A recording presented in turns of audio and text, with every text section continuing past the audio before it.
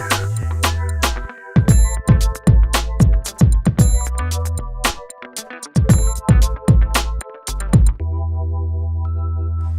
and welcome back to the Tonic Kitchen. My name is Ian, and I'll be talking to you guys about chicken stock today.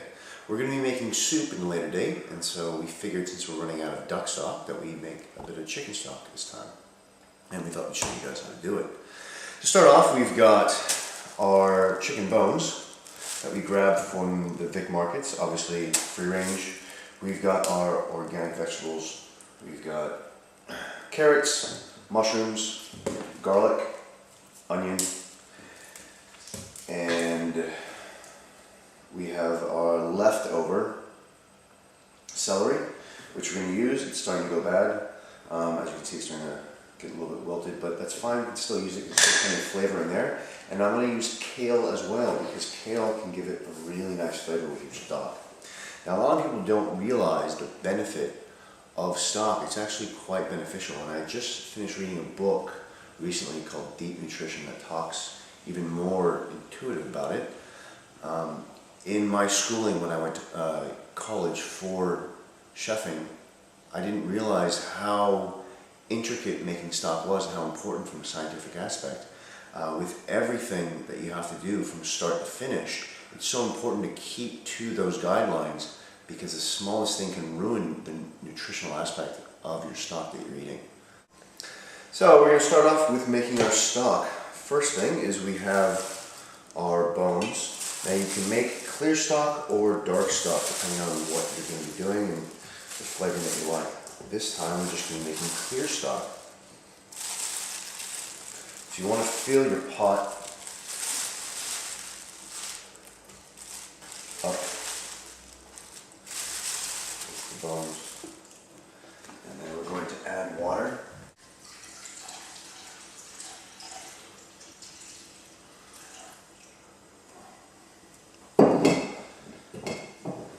From there, go ahead and put it on the stove. Now we've got the last of our duck stock that we're going to be reducing and making for our lunch dish. Don't worry about that, we'll talk about that in another video. Now the important thing about stock is that you don't want to cook it too fast. It's a slow process. You don't really need to do much to it. First thing is making sure that you get the water temperature to the right level. You just want it at a light simmer.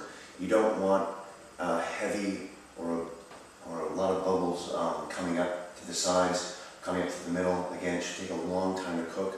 You're looking at about 8 hours to cook your stock. So getting ready and doing it in the morning, and then having your day going about the day, to make sure you check on it probably every 3 hours is a good idea, because again, as it's on heat, it'll be reducing the liquids, so you want to keep on adding more and more to make sure that your stock stays at a high enough level where you're cooking everything. So this will probably take about an hour to heat up, so when it finally does, we'll come back to it, and then we'll show you where to go from there. Okay, so we've brought it up to a nice simmer. We're going to add one whole garlic, because, well, I like garlic. And our vegetables. Now again, you don't have to make the cuts perfect. We're just going to rough cut it. And submerge them.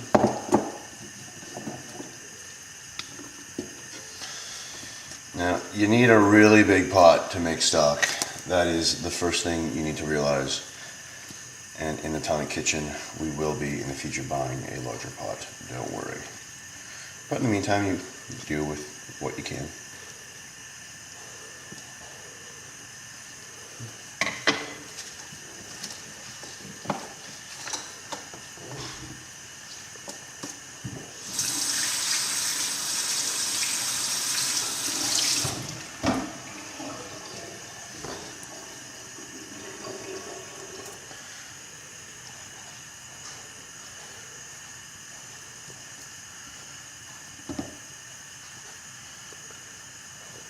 And eventually everything's just going to soften and become nice and noodly, so it'll be able to mix itself up a little bit easier. Now you don't have to do it this way, I'm just trying to make as much room as possible for obvious reasons.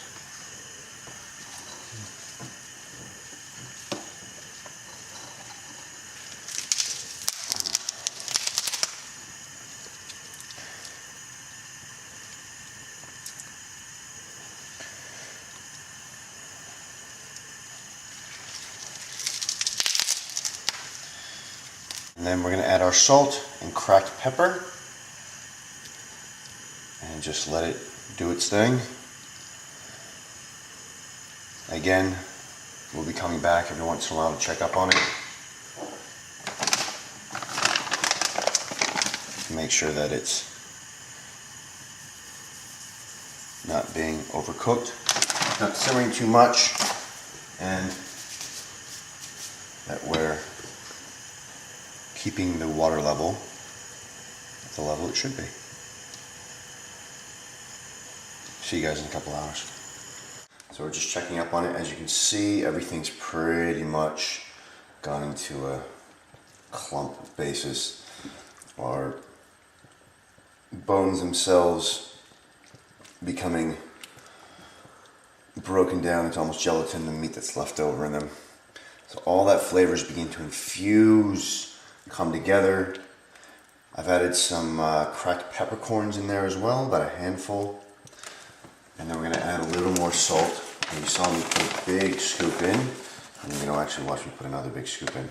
Now when it comes to sodium, when you're cooking it for such a long time, it renders back into nothing and the flavor just kind of disappears.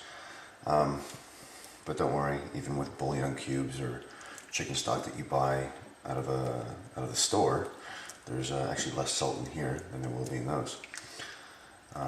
So we'll check back in about another 3 hours and hopefully it should be done by then. See you guys soon. So every once in a while you want to be able to come up and as you check on your stock, you're going to be pulling the fat. As you can see, those pieces of fat sitting on it. And that's pretty much all fat. There's a little bit of stock that you're pulling off, but it's mainly fat. And you don't want to leave a lot of that on there because when you cool it off, it creates a gigantic thick layer. And even though it is nice, you don't want too much. So you're just going to constantly make sure you skim off the top. And if I can get enough to pool, you'll see it clump up. You see how it's kind of wrinkling up there over top of the water? That is all fat from the meat.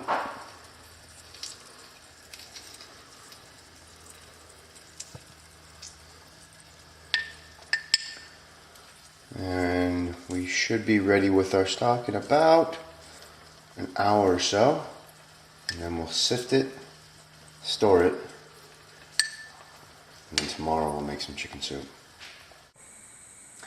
And we are at the end of making our stock, and I'm just pulling off the last bit of fat that I can. As you can see, it's been filling up. Now this just happens.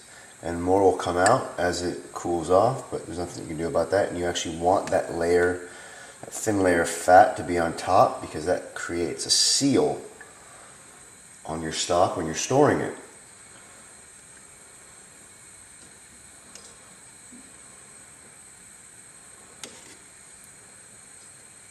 That's pretty much most of it. Alright.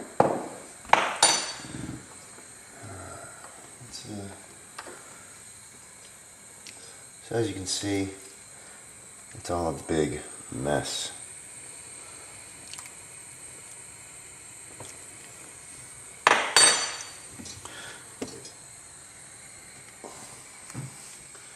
So we have our strainer ready now. How we're supposed to do it is they take 2 strainers. So they have one strainer for the big bits and one strainer for the small bits, but we only have one strainer in the household, and I imagine you guys do too. So we're just going to do it with the one. Now here comes the tricky part. You start off slow.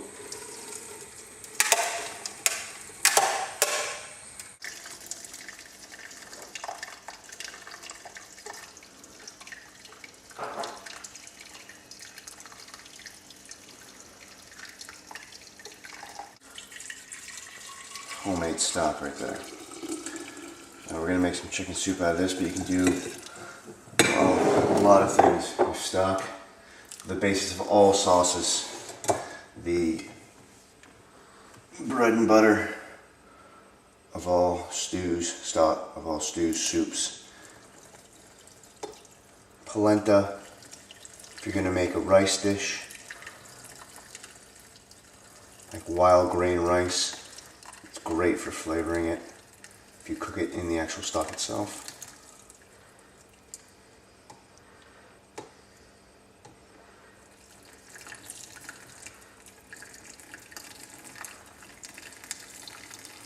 So we've finally been able to pull most of the liquid out, and as you can see, what's left over is basically nothing but junk. It's pretty much useless. All the flavor is pretty much out of it. There's nothing left. We've had it cooking for about 9 hours, I believe. And we're going to let this cool off a little bit and then seal it and put it in the fridge. Now, as you can see, there's a small layer of that yellow that's going to turn into fat. It's going to solidify and create a nice seal for it, which will last us probably about 2 weeks in the fridge. And if you don't use it by then, it usually starts to go rancid. And that is how you make stock, and that's especially how you make chicken stock. So again, this is Ian coming from Tonic Kitchen, and I hope your chicken soup is as good as mine.